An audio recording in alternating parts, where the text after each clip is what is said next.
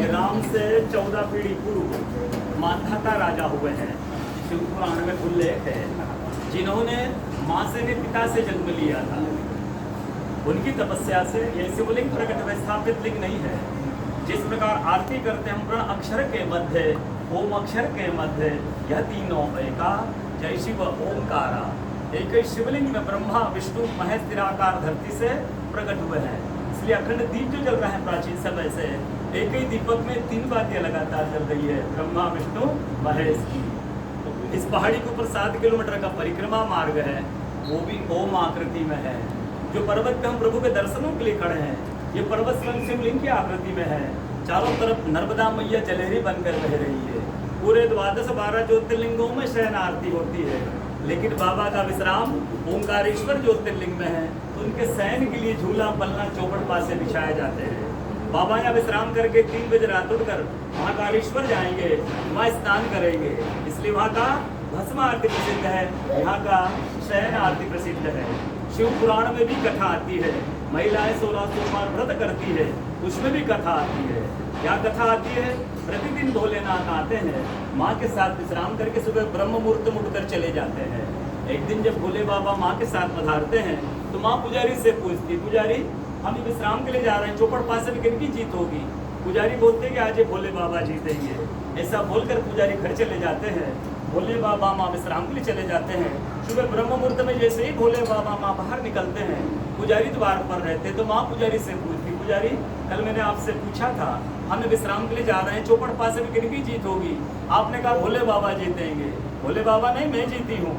माँ ऐसा बोल करके उनको श्राप दे के चली जाती है। उनके तुरंत पश्चात अप्सराएं शिवलिंग पे जल चढ़ाने आती हैं। अप्सराएं पुजारी से पूछती, पुजारी अस्वस्थ क्यों हो गए? आप तो ठीक थे। फिर पुजारी बताते हैं, प्रतिदिन भोले बाबा माँ के साथ विश्राम करके चले जाते थे। कल भोले बाबा माँ के साथ पधारे, माँ ने मुझसे पूछ लिया, पुजारी हम विश्राम के लिए जा रहे हैं, चौपड़ पास में किनकी जीत होगी? मैंने कहा भोले बाबा जीतेंगे। भोले बाबा नहीं, माँ जीत गई, माँ मुझे श्राप दे के चली गई। अप्सराएं बोलती, चिंता ना करो, हम अंदर जाकर शिवलिंग की पूजा करके आते हैं, फिर इसका उपाय बताएंगे। अप्सराएं अंदर जाकर भोले बाबा की पूजा करके बाहर आकर बोलती, पुजारी आप 16 सोमवार व्रत कीजिएगा, व्रत करते ही स्वस्थ हो जाएंगे, व्रत करते ही ठीक हो जाएंगे। ये वो कथा का दर्शन ओंकारेश्वर ज्योतिर्लिंग में प्रतिदिन होता है। बोलो ओंकारेश्वर भगवान की जय। पूरे 12 ज्योतिर्लिंग में ओंकारेश्वर ही ऐसा ज्योतिर्लिंग है जिसके दर्शन के पश्चात कोई महानदी का दर्शन होता है, जिसके तट को छूकर कोई महानदी बह रही है। आप काशी जाएंगे, गंगा जी दूर है। आप उज्जैन जाएंगे, शिवराज जी दूर है। आप काशी सोमनाथ जाएंगे, समुद्र है। लेकिन ओंकारेश्वर ही ऐसा ज्योतिर्लिंग है जिसके दर्शन के पश्चात कोई महानदी का दर्शन होता है। वो महानदी है रुद्रदेहाय विद्महे मैं कलकन्याय धीमहि तन्नो नर्मदा प्रचोदयात्। भगवान शंकर की देह से पसीने के बूंद से निकली है मां नर्मदा।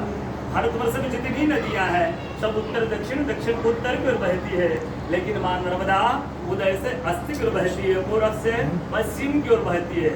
भारतवर्ष में जितनी नदियां हैं उनमें नर्मदा ही नदी ऐसी है जिसकी परिक्रमा की जाती है।